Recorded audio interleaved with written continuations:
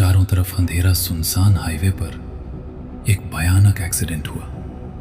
लोगों की भीड़ जमा हो गई, लेकिन जब तक पुलिस पहुंची उस आदमी की मौत हो चुकी थी। उसकी लाश को पास के छोटे से थाने में ले जाना था।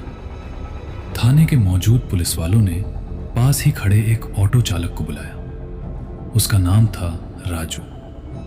पुलिस वाला, ओ रिक्शा वाले, ये बॉडी जिला अस्पताल सीतापुर पोस्टमार्टम के लिए ले जानी है। राजू डर गया। साहब, रात बहुत हो गई है, मैं अकेला नहीं जाऊंगा। मेरा गांव जिला अस्पताल से 32 किलोमीटर दूर है, वापस आने में देर हो जाएगी। लेकिन पुलिस के दबाव में उसे जाना ही पड़ा। काली प्लास्टिक में लिपटी लाश ऑटो के पीछे रख दी गई और रात के 11:20 के करीब राजू ऑटो लेकर चल दिया। राजू के माथे पर पसीना और दिल की धड़कन बहुत तेज थी, मगर क्या करता, कैसे भी पुलिस वालों से जान छुड़ानी थी। आखिर डरते डरते जिला अस्पताल पहुंच गया। वहां कर्मचारियों ने लाश उतार ली। राजू ने राहत की सांस ली और पास के हैंड पंप पर मुंह धोया और बालों पर हल्का पानी डाला। थोड़ा तब हल्का महसूस हुआ। तभी फोन की घंटी बजी।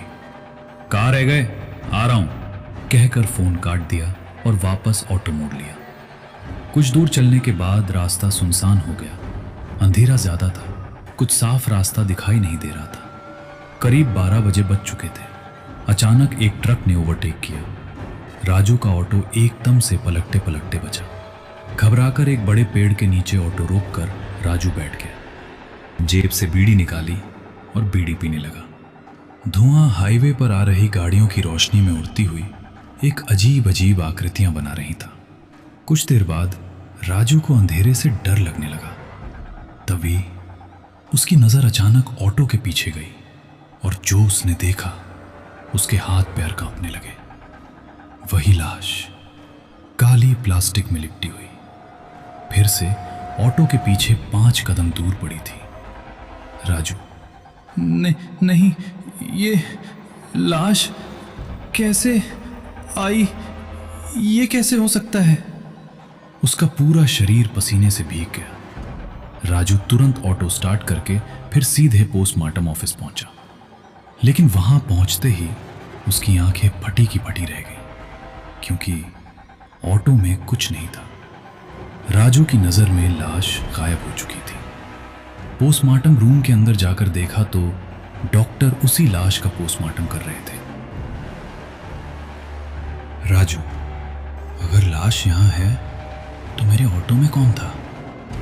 डर के मारे उसके पैरों तले जमीन खिसक गई। राजू बिना कुछ बोले वहां से भाग निकला, लेकिन असल डर अभी बाकी था।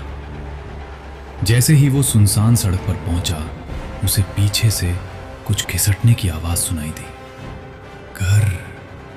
राजू ने धीरे से पीछे मुड़कर देखा और उसकी चीख निकल गई। वही लाश फिर से ऑटो के पीछे हाईवे पर घसीटती हुई उसके तरफ आ रही थी, लेकिन उसकी काली प्लास्टिक थोड़ी खुली हुई थी और अंदर से 2 सफेद आंखें राजू को घूर रही थीं।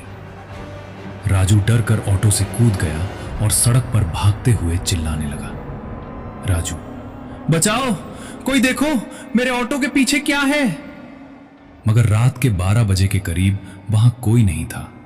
कौन दौड़कर ये सब देखने आता? राजू, मैं पागल हो जाऊंगा क्या? तभी उधर से एक ट्रक, जो रात में अंधाधुंध जा रहा था, ट्रक का ड्राइवर काफी नशे में था। उसने सामने हाईवे पर ऑटो को पलटा हुआ देखा तो उसने ब्रेक लगा दी और नीचे उतरकर चिल्लाने लगा, कोई जिंदा है या मर गया? राजू कांपते हुए दौड़कर उसके पास आया और ही बोला, अभी लाश देखी है, मेरे ऑटो के पीछे रगड़ती हुई आ रही थी। राजू, नहीं, मैंने अपनी आंखों से देखा था। ट्रक ड्राइवर ने गंदी गाली दी और ट्रक स्टार्ट किया और वहां से चला गया। राजू की बात पर विश्वास नहीं किया। उस रात रामू घर पहुंचा, लेकिन कहते हैं उसके बाद उसने कभी रात में ऑटो नहीं चलाया और आज भी उस हाईवे पर कई ड्राइवर दावा करते हैं कि देर रात एक काली लाश चलती गाड़ियों के शीशे में पीछे देखने पर गाड़ी के पीछे रगड़ती हुई दिखाई देती है।